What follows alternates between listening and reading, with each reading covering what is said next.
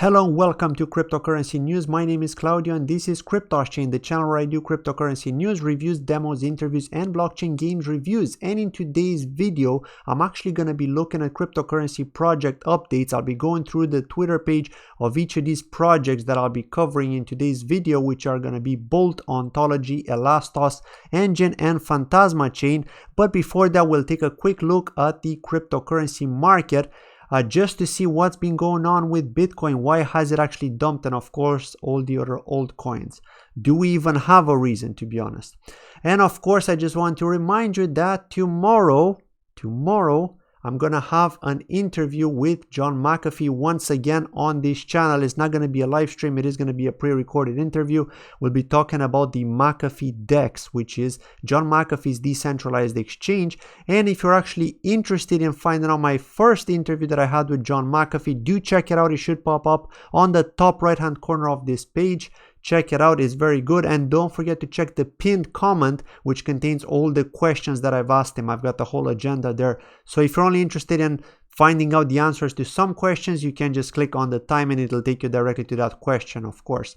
And of course, I've done videos on McAfee DEX before. Do check them out. You should see one of them right here. It's a tutorial. It is in the beta version, so I'll be asking him a lot of questions in relation to his DEX tomorrow. And of course, I'll be uploading the video as soon as possible so you can watch it. But let's see what's going on. What's going on with the cryptocurrency prices? So Bitcoin's trading at 8,200 and it's actually an average price across all the different exchanges. But if we look on Binance, it's like 8,130 more or less. And it's actually been swinging in between 8,020 and 8,100 for quite the rest of the day, to be honest.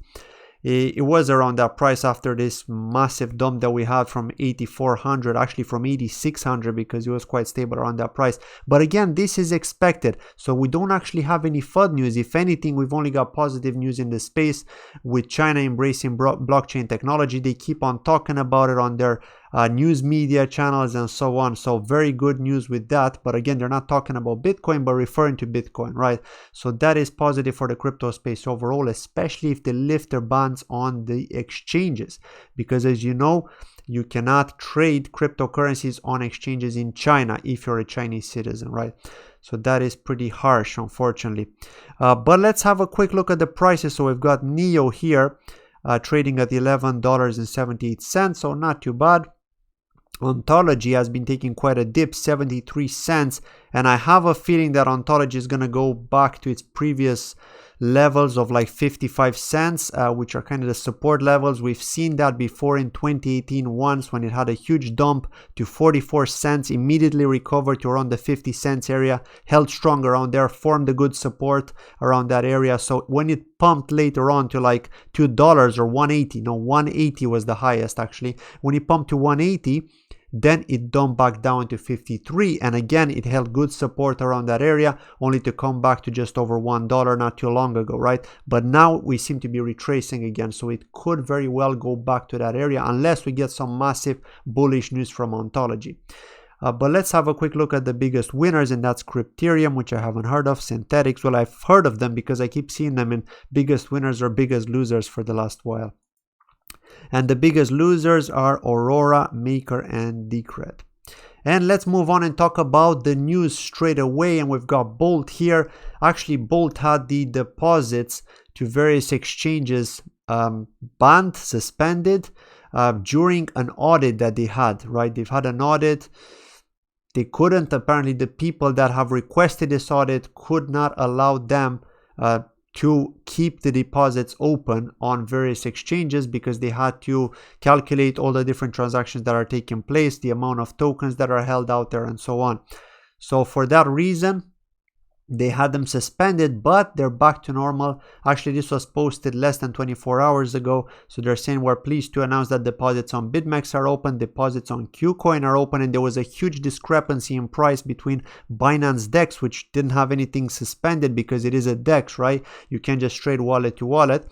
But the price just basically pumped on Binance DEX, and many people are actually thinking that the price is gonna dump on KuCoin because there was a huge discrepancy, whereas now the price pumped on Binance DEX and it's kind of even in the play field, right? Well, you can see a bit of a dump, a bit of a correction if you check it out on KuCoin, but again, it is still quite high. It's maintaining over 140 sats, I believe. So yeah, I mean, unexpected, because the majority of cases like this come with a big price dump, right?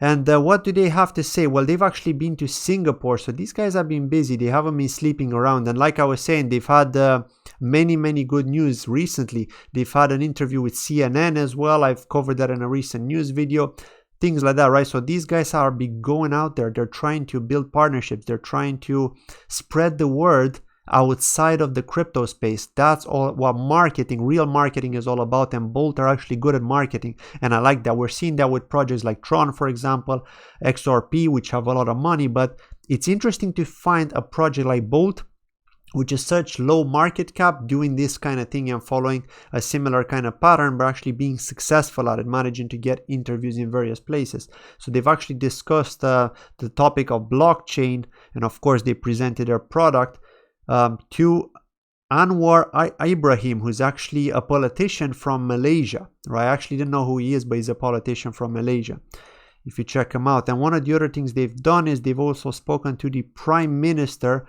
of Singapore, right? This is one of the founders here, Jamal. So yeah, I mean, it's interesting because these guys are going out to all these different countries in Asia trying to spread the word about Bolt. So there we go. That's the important thing about it, right? And yeah, that's pretty much it about Bolt. I mean, they're just constantly crushing it, trying to spread the word, trying to get people to download the app. More and more people are downloading it. The community is growing, so that's very good. But let's move on and talk about Ontology. So Ontology are actually gone to San Francisco, and they're not the only project to go there. I'll be talking about the next project, which are also in San Francisco.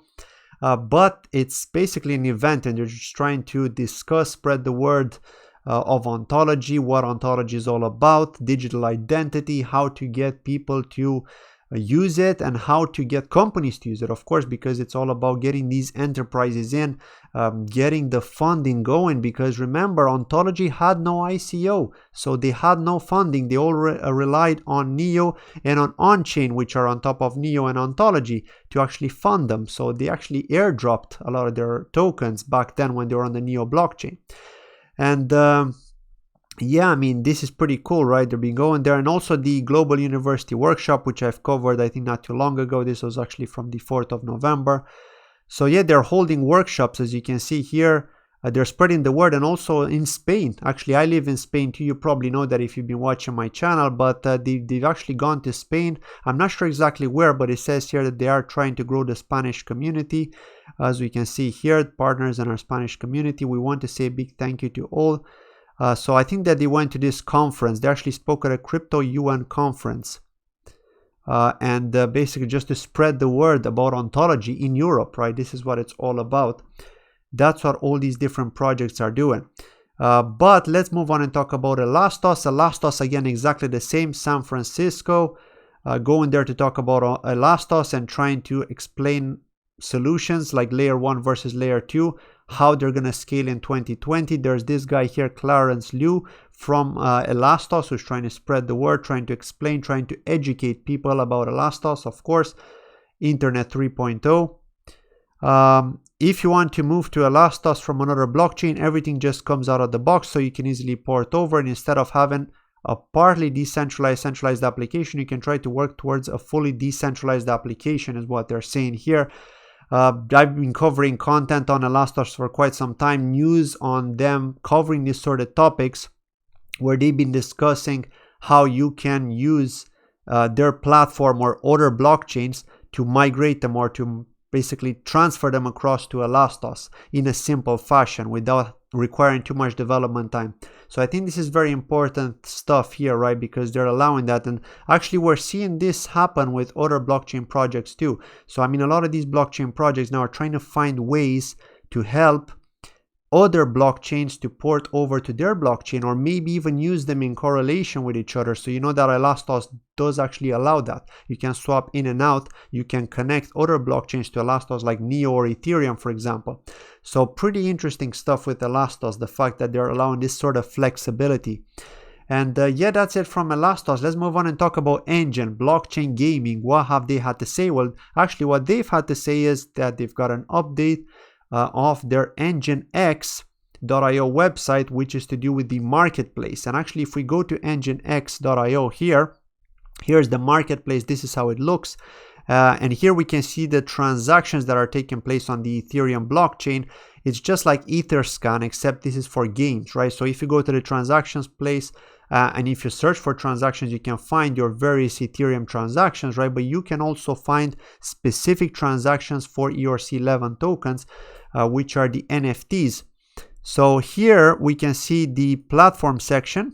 And if we go here, these are all the various games that have been built on Enjin, right? So all their NFTs, basically in-game items, is what NFTs are all about, right?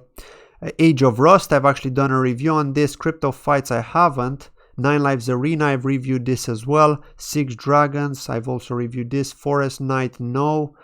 There are still quite a few that I need to review. Space Misfits, I reviewed as well. I'll be looking at some of these to see which one I could be reviewing next. But yeah, basically, if we go here, let me go to assets. It's a little bit slow and loading up. Okay, here we go.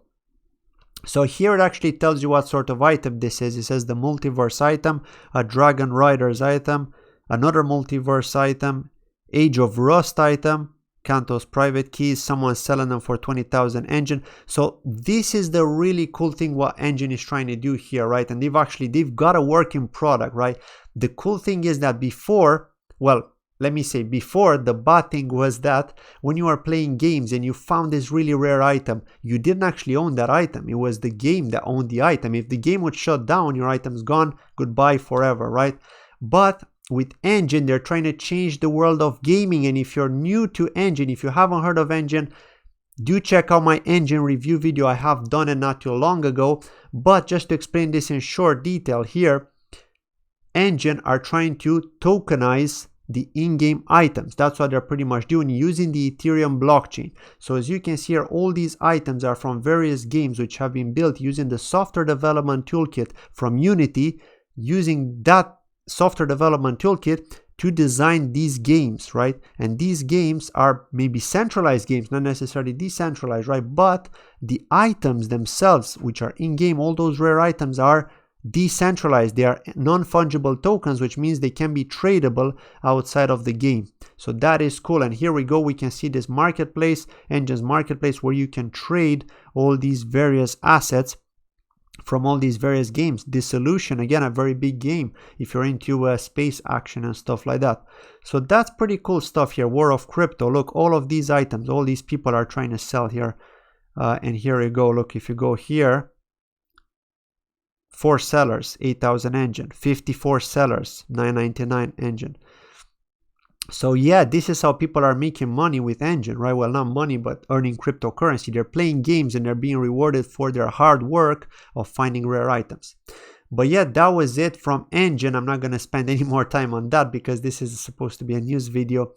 But let's talk about Phantasma. Finally, last but not least, I've actually been mentioning this with Phantasma for quite some time with their KCAL token, which is basically the energy token, the fuel token, which works hand in hand with Sol, which is Sol coin on the Phantasma blockchain outside of the Neo blockchain, right? Because they have actually migrated their own blockchain.